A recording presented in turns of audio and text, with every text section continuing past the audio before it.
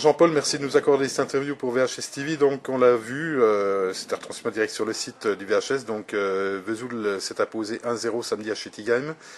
Une rencontre loin d'être facile, avec un but donc de Mathieu Pelletier juste à la demi-heure de jeu. Comment analyses-tu et quelles sont tes réactions après ce match?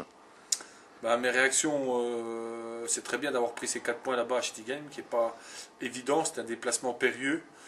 Et on était bien rentré dans ce match en menant 1-0, en se procurant de belles occasions, c'est qu'on a vu 2-3 belles phases de jeu.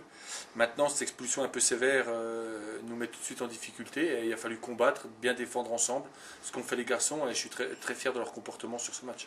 Alors, on l'a vu, notamment en deuxième période, une équipe de Vesoul très solidaire, généreuse dans les efforts avec effectivement cette expulsion et puis jouant à 10. Ce sont quand même des motifs, de nombreux motifs de satisfaction pour toi l'entraîneur. Oui, c'est des motifs de satisfaction.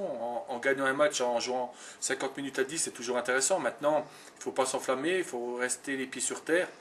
Cette équipe de Schittigheim vient d'accéder en CFA2, elle était en DH l'année dernière. Ne brûlons pas les étapes, on a un match important samedi contre Forbach. Et surtout, restons bien les pieds sur terre et ayons comme objectif d'être leader à la dernière journée et pas maintenant.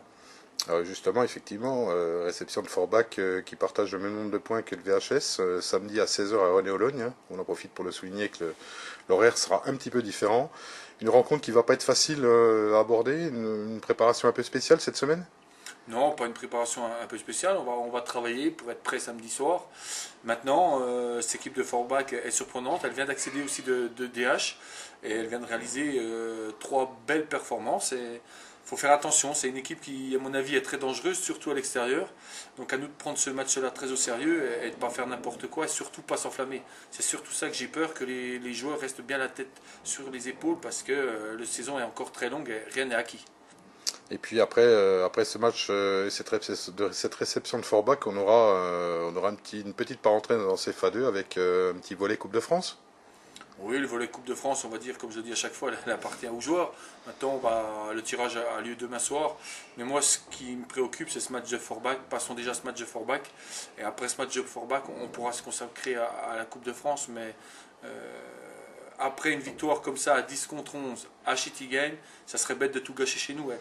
Et je vais mettre l'accent surtout cette semaine aux joueurs parce qu'il faut impérativement prendre les 4 points chez nous pour bonifier cette victoire à Schittigheim.